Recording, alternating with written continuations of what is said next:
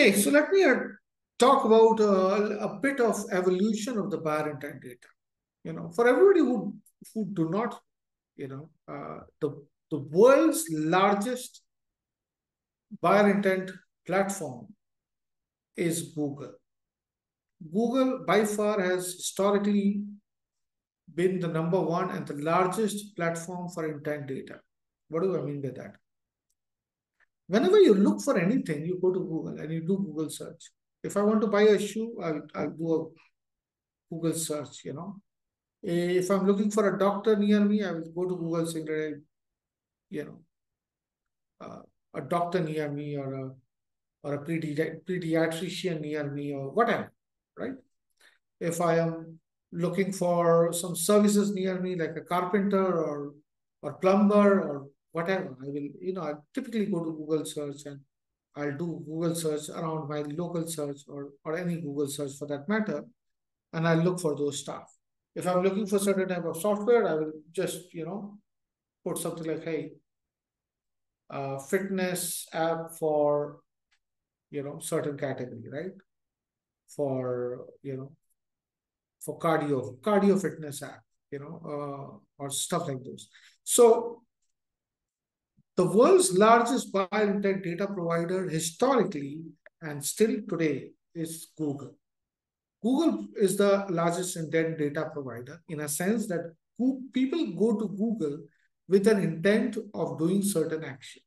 And if that intent is buying, that is where the real fight happens. The real estate matters where the intent is buying. For example, if you go to Google and just say, what is cryptocurrency?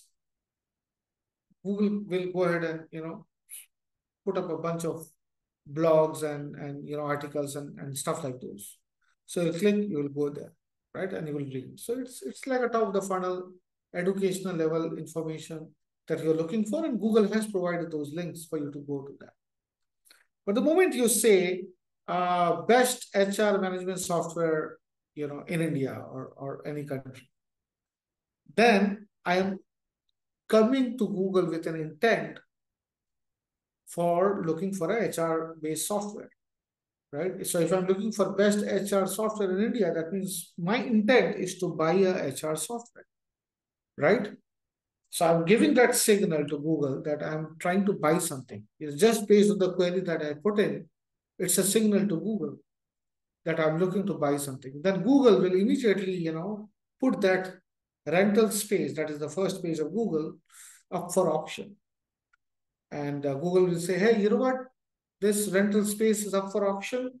People are here coming here using this particular search query to buy something. Why don't you, put up a bid? Then there are different companies, HR management software providers.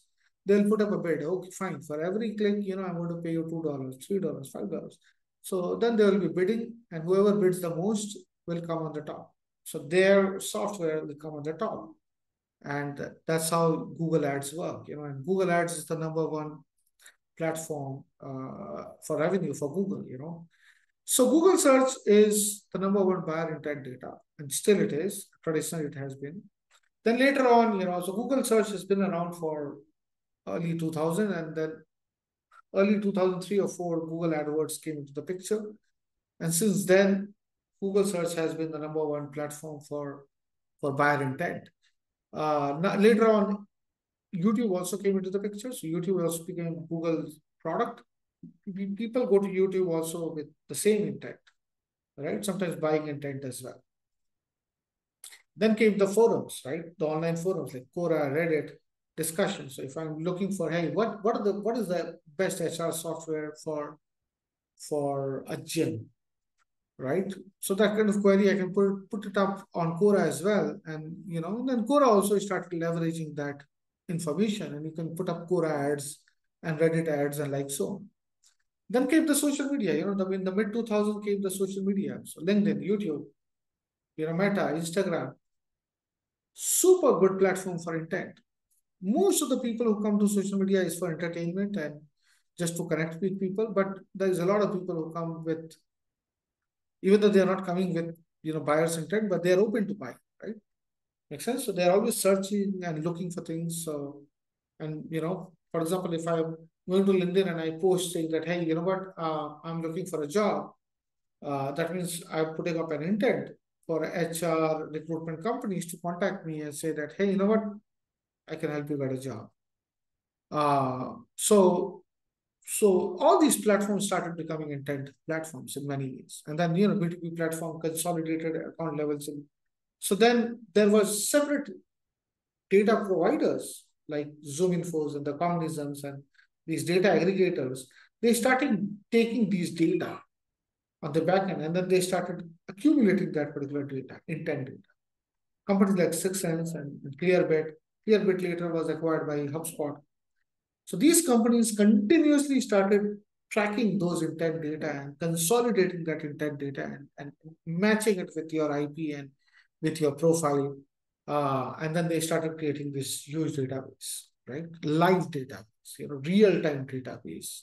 And then they started selling these data to large B2B companies, right? For example, a large B2B company who is selling high-end machinery, right? Like tractor or big, big heavy machinery for real estate. They go to these intent data providers like Sixsense and Clearbit, and then they say, you know what, I need this data of this particular region where what are the type of companies and who are these companies who will be looking for, this kind of heavy machineries. So then the companies like Sixsense and Clearbit and Cognizants can provide that data, to a very accurate level. So that's the evolution. Eventually, there were major players who started providing intent level data, and now we have so many different players out there. We'll talk about the players as well. But there's evolution, and now with the AI, you can do a lot with the intent level data, which is something that you were not able to do, 10 years back. All right. So intent level data evolved from keywords to full digital footprint and provides holistic understanding of companies and individual behavior. All right.